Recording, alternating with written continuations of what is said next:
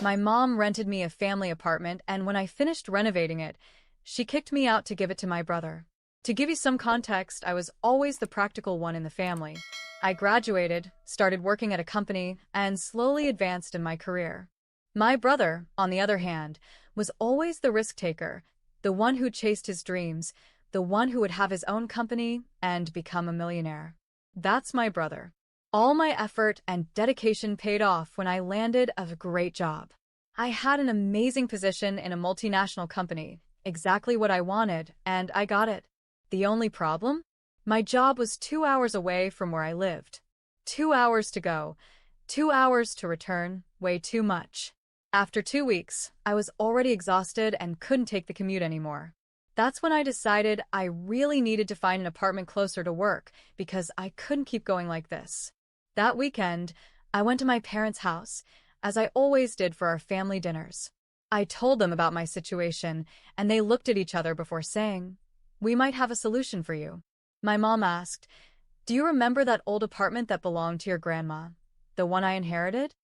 Then she continued, "The tenants moved out, so it's empty now, and it's only 5 minutes from your job. If you want it, it's yours." Of course, I remembered that apartment. I spent my childhood going there every weekend to visit my grandmother. I asked how much the rent would be, and my mom gave me a price that I could easily afford. I got super excited and immediately said yes, without even thinking twice. The moment the apartment situation was settled, my parents started talking about my brother again, their favorite topic. And that was it. I had my new place and a new job. Meanwhile, my brother had landed 3 new clients, his business was growing, and things were going great for him. And as always, my life was the same. I was the boring one working in an office while he was the golden child chasing his dreams. The next day, I went to check out the apartment. Let's just say the previous tenants hadn't taken great care of it. It was a mess. The only piece of furniture, there was an old gray couch in the middle of the living room. I called my mom and asked, "Mom, do you mind if I do some renovations?" She replied, "Don't go overboard, don't use any crazy colors, but do whatever you want. Remodel it however you like." That same night, I started looking for inspiration on Pinterest and YouTube. For the next 6 months, I dedicated myself entirely to renovating the apartment. After work, I'd go straight there, painting, measuring, checking prices. I visited every furniture store, tested every mattress and couch, watched countless YouTube tutorials, mounted the TV, sanded, painted, fixed the flooring. I did everything myself. Weekends? Dedicated to the apartment. Every evening? Dedicated to the apartment. And in the end, it was exactly how I wanted it. I walked around the apartment, looking at everything with pride. I couldn't believe I had done it all on my own. It was truly beautiful. I couldn't wait for my mom to see it. I invited her over. When she arrived, she looked around very seriously, as she always did, inspecting every detail. Finally, she looked at me and said, "It's incredible." I couldn't believe it. My mom rarely gives me compliments. And then she hugged me. A real hug, not just a quick pat on the back. A genuine hug. In that moment, I thought, I did it. 2 weeks later, we had another family dinner. I was excited to share some great news. I had been promoted. My salary increased, I was given a team to lead, and I had grown so much in my company in such a short time. I couldn't wait to tell them. At one point during dinner, there was a moment of silence, and I took the chance to say, "Hey, I have some great news to share." I told them about my promotion. My mom, barely looking at me, kept eating and said, "Oh, that's great, sweetie. Good for you." And immediately, they started talking about my brother again. And that's when the real conversation of the night began. My brother owns a delivery company, but apparently a bigger, better company with more technology and resources moved into the city. My brother was losing a lot of clients, his business was really struggling, and everything was at risk. My dad told me they had decided to take out a loan to give to my brother, so he could try to keep his company afloat. I asked them honestly, "Are you sure about this?" And I continued, "Look, this new company is huge. It's going to be really hard to compete with their technology and all the money they have. It's going to be complicated.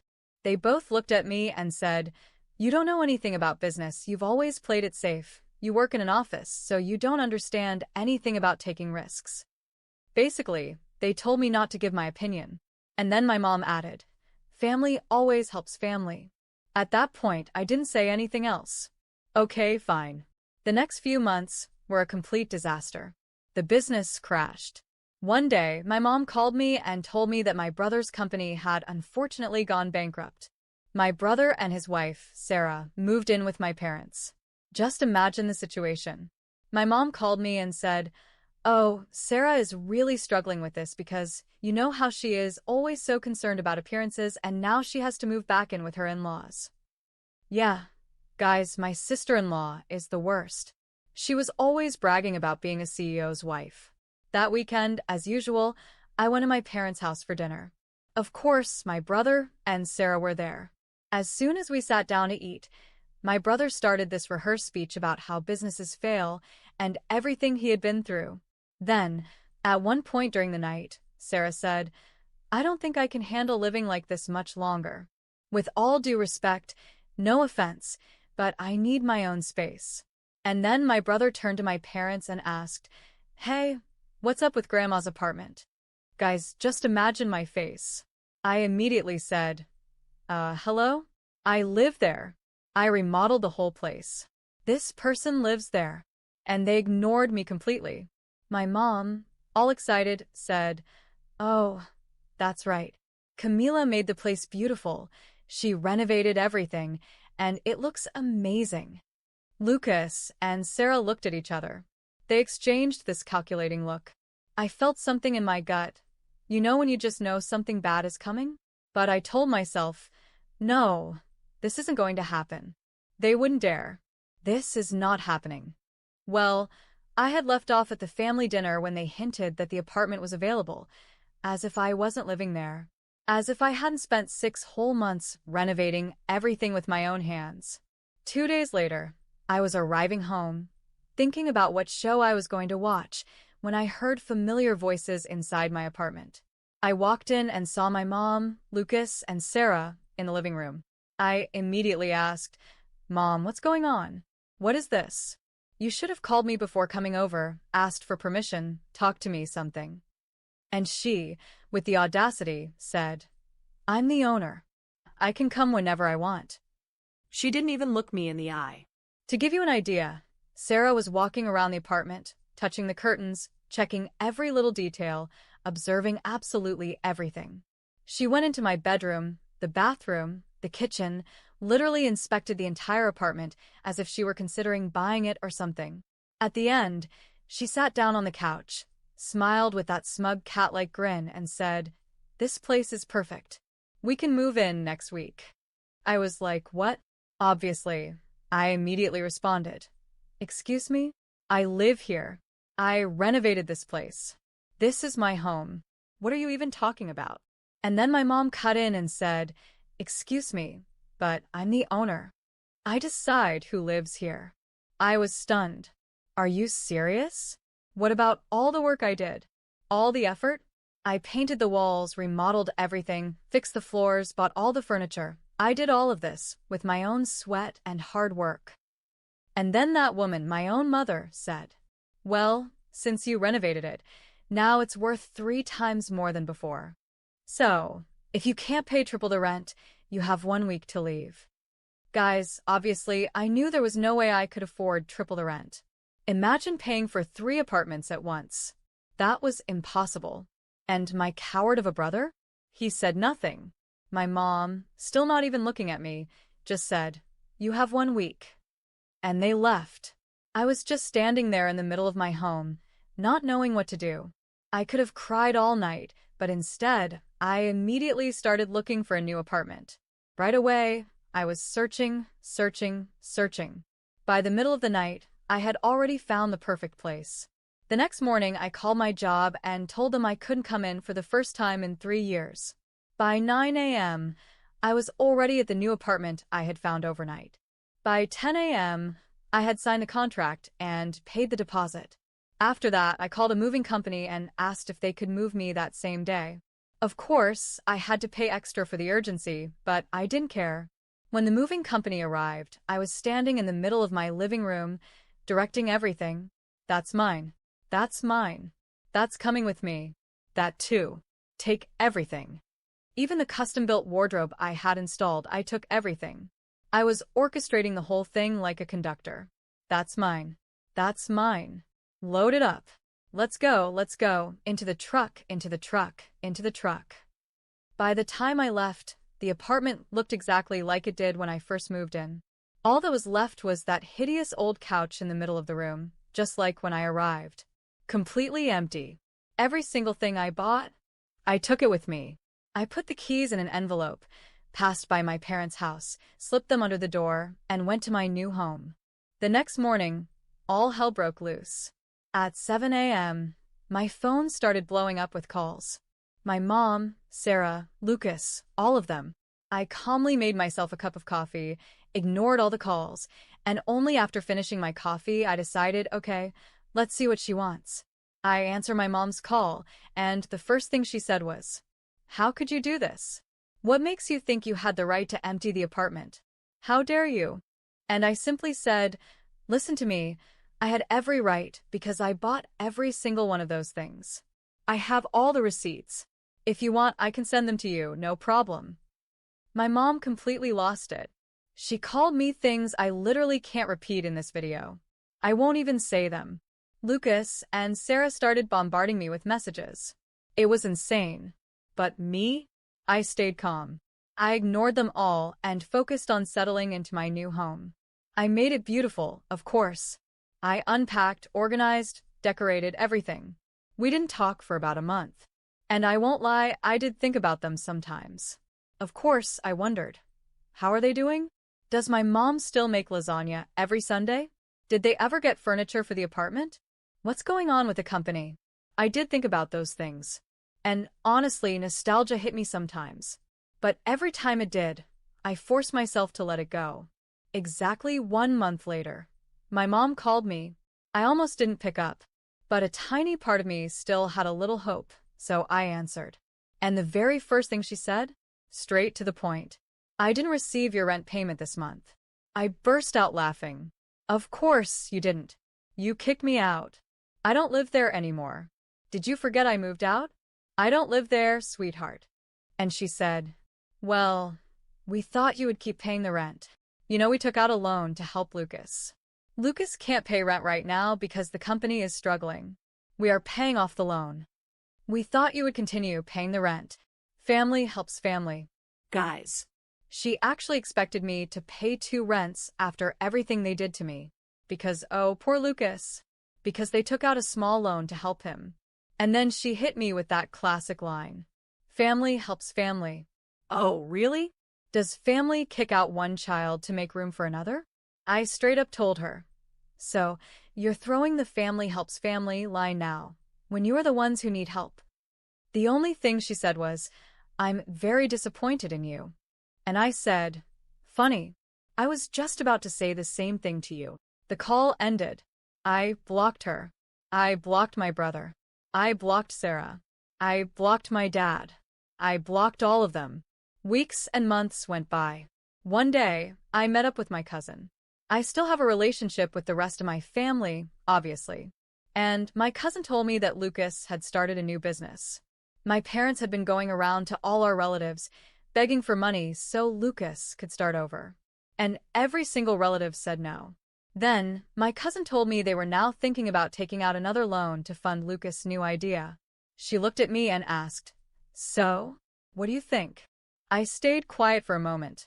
Then I just said, "A few months ago, I would have been really worried about this. It would have really affected me. But now, Not my circus, not my monkeys." Since I left that house, my life took a turn that even I hadn't expected. Not only was I fully settled in my new apartment, but professionally, I kept climbing higher than ever. After some time at the company, I got promoted again. My salary skyrocketed, and now I wasn't just leading a team, I was handling high-level projects that really mattered. And that's when I started seeing everything from a different perspective. At first, all I wanted was to get away from my family, forget about them, and move on. But over time, I realized their situation could actually be very convenient for me. It's not that I wanted to reconnect with them, but something inside me wouldn't let this go completely. I don't know if it was anger, the need for revenge, or just the feeling that this wasn't over yet. Grandma's apartment. Since I was little, that place had meant something to me. It wasn't just a property. It was a part of my childhood, my memories. And no matter how easily they had thrown me out, that place still felt like it belonged to me. I should be the one to have it. And now, with money and the perfect opportunity, I could finally make that happen. Because, of course, my parents were desperate. Lucas had failed again with his so-called new business. My cousin told me he tried to start some kind of online venture, one of those ridiculous get-rich-quick ideas that were obviously doomed from the start. My parents, broke, went knocking on every relative's door, begging for financial help. But no one wanted to deal with Lucas disasters anymore. And that's when I saw my opportunity. All I had to do was wait for the perfect moment. It didn't take long before my phone rang. It was my mother. Since I had blocked her, we hadn't spoken. But this time, she was calling from an unknown number. I answered without saying my name, waiting for her to speak first. Sweetheart, her voice sounded hesitant. I let out a low chuckle. Sweetheart? That's funny. I thought you had gotten rid of me. She sighed. Look, I know things ended badly, but I wanted to talk to you. I didn't say a word. She kept going. Lucas, he's struggling. His business isn't doing well. Your father and I were in a complicated situation. Of course, they were. Uh-huh, I murmured, pretending to care. Yes, her voice was strained, as if it pained her to say the words. We need a loan. Something to help us stay afloat while we figure things out. The cherry on top. Interesting, I said slowly, savoring the moment. And tell me, how many other relatives did you ask before coming to me? Silence.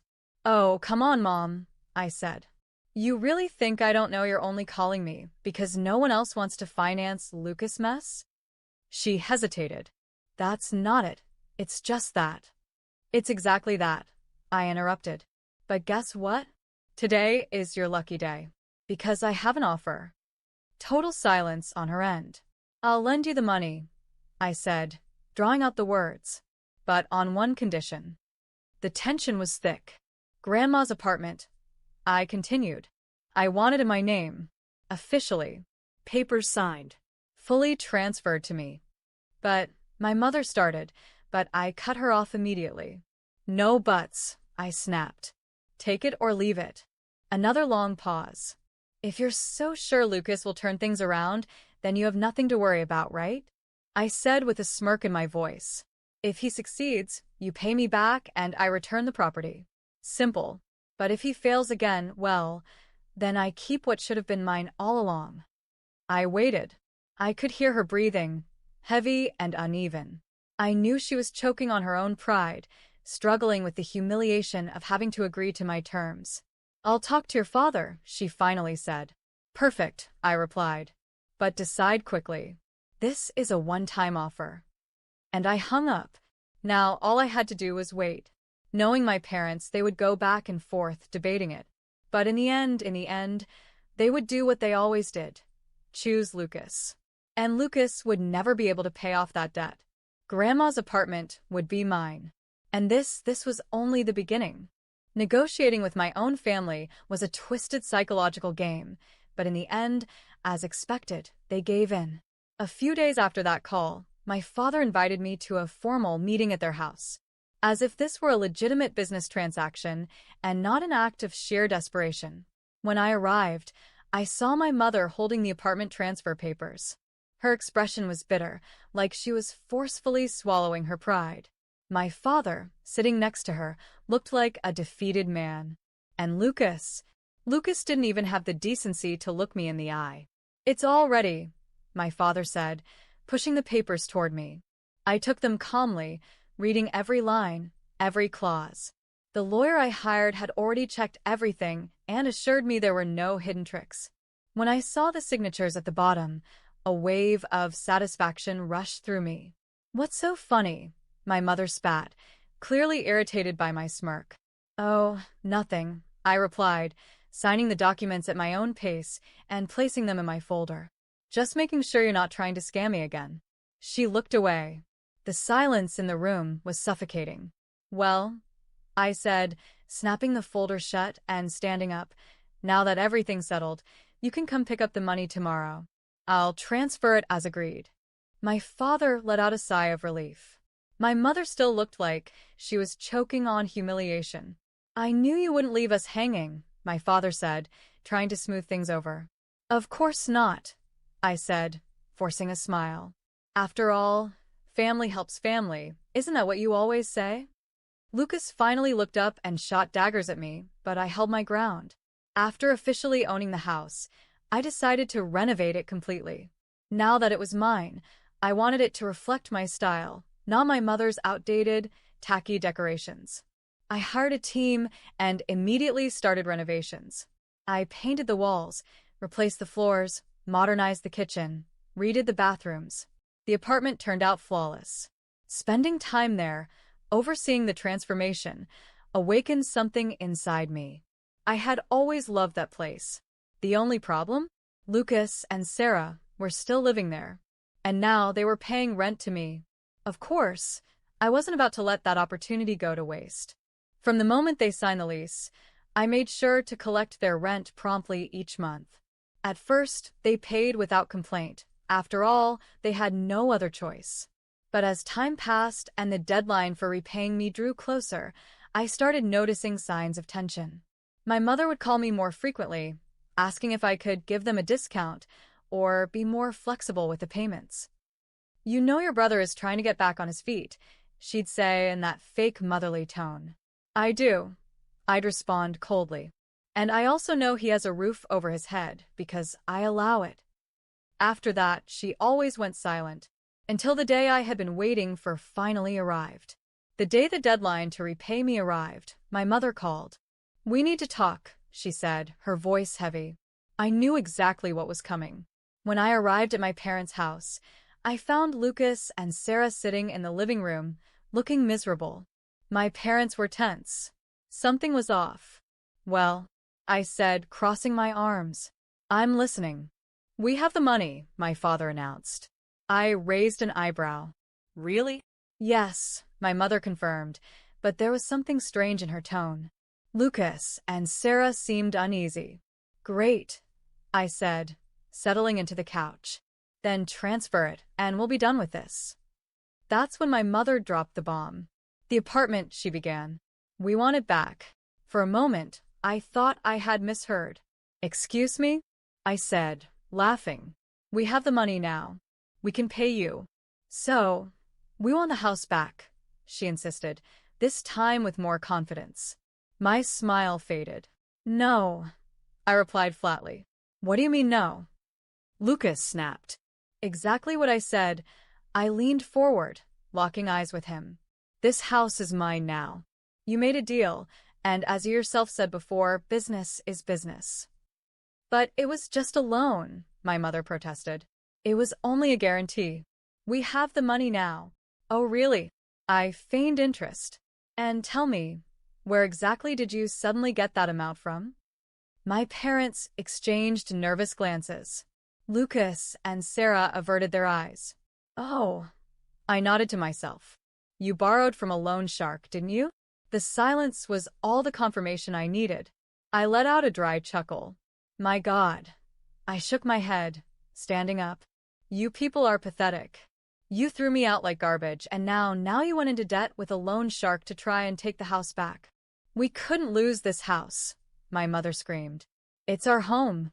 Our home." I laughed bitterly. "You kicked me out of here, without hesitation. And now it suddenly matters to you."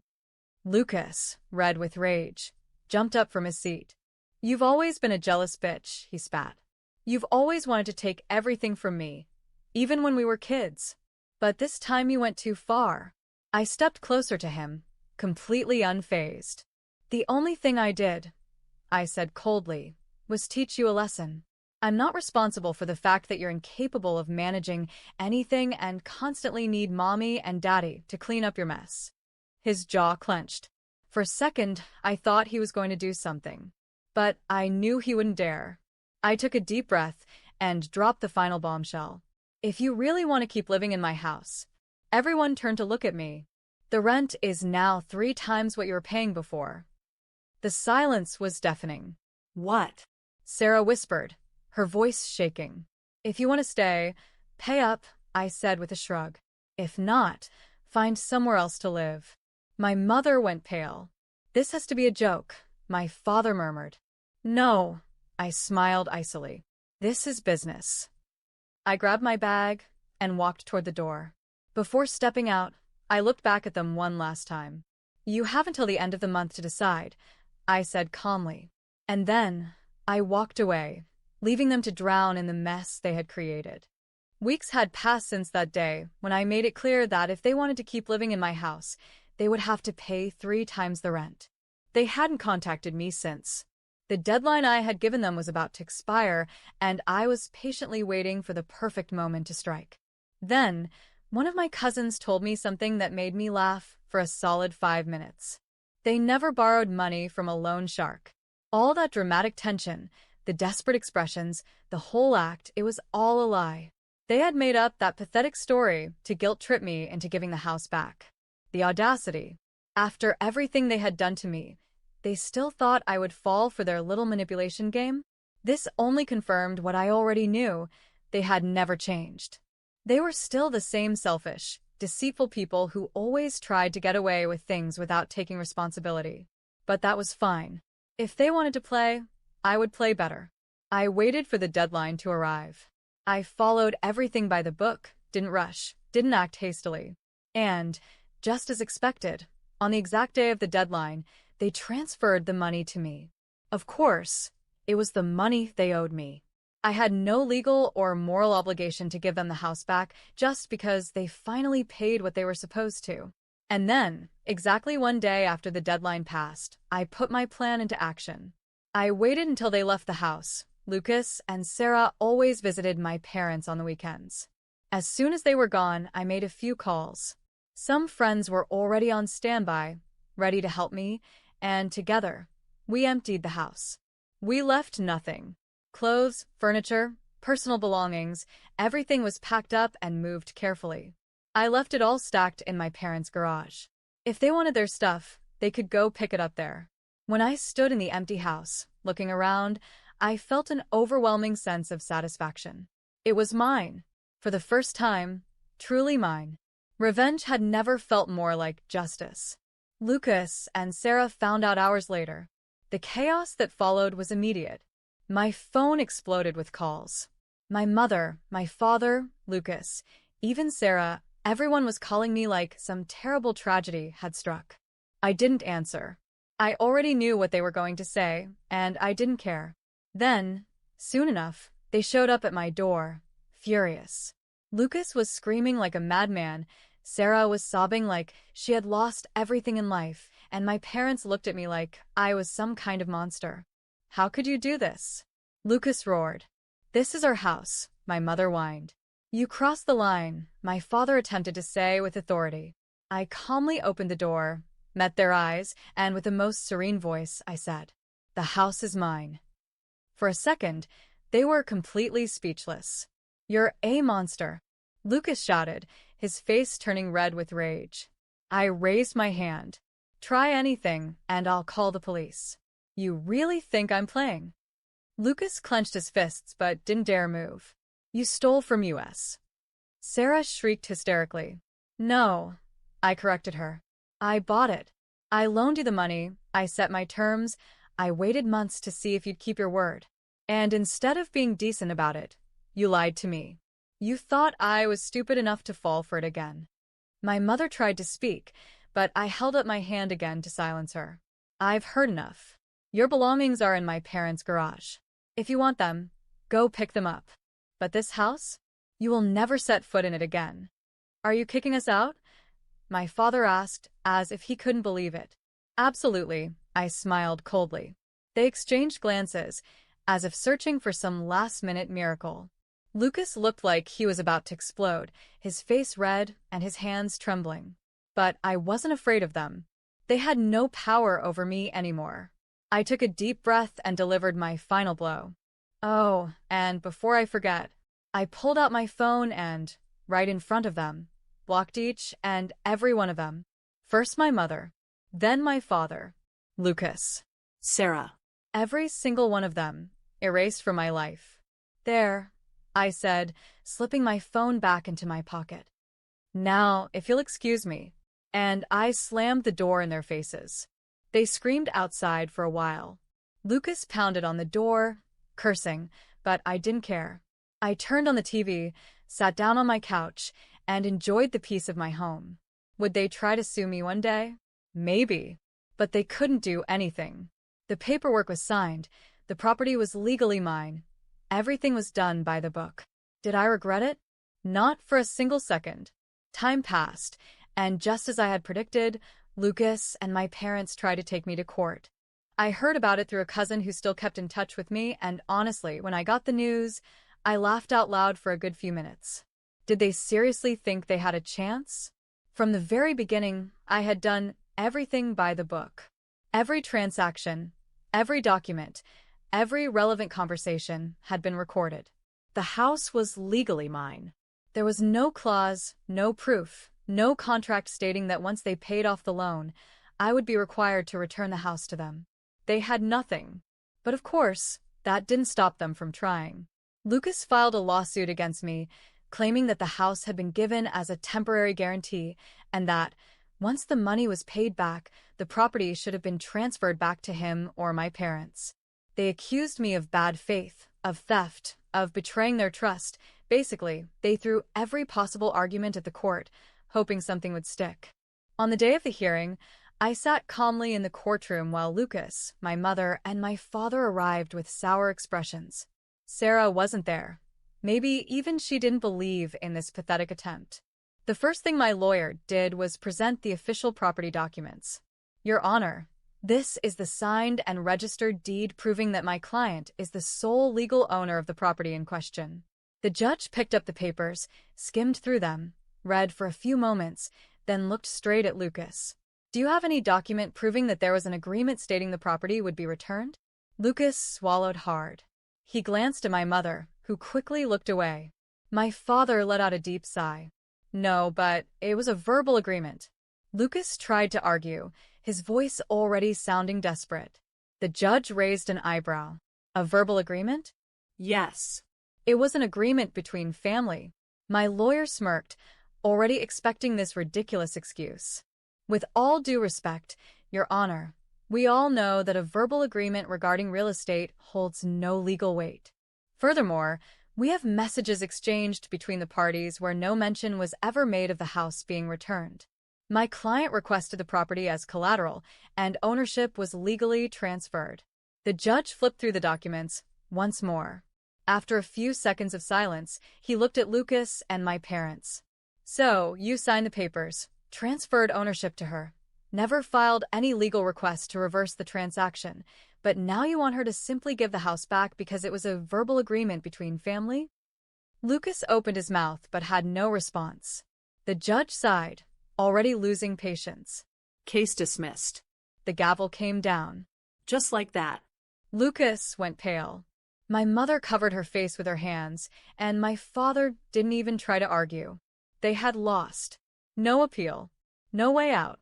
As I walked out of the courtroom, I felt an indescribable sense of relief. It was official. The house was mine, and no one could take it from me. Lucas walked past me in the hallway, his eyes burning with hatred. My mother couldn't even look at me, and my father just walked off without a word. And that was the last time I ever saw them.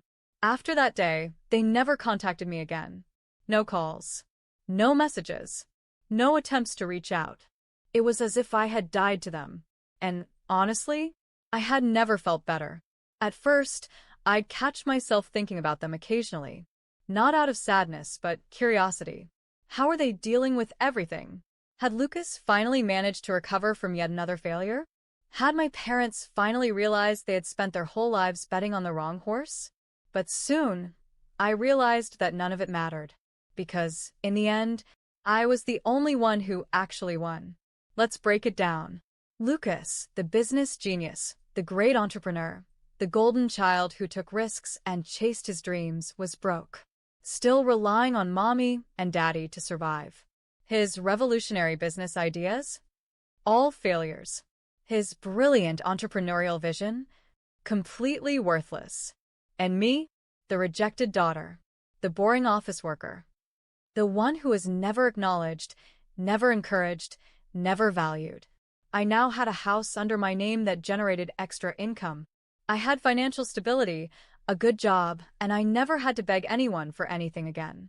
At the end of the day, who was the real entrepreneur? The answer was obvious.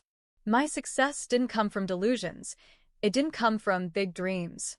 It came from my intelligence, my hard work, and my ability to recognize real opportunities. Lucas? He only knew how to waste money and blame others. And my parents? Well, now they had to face reality.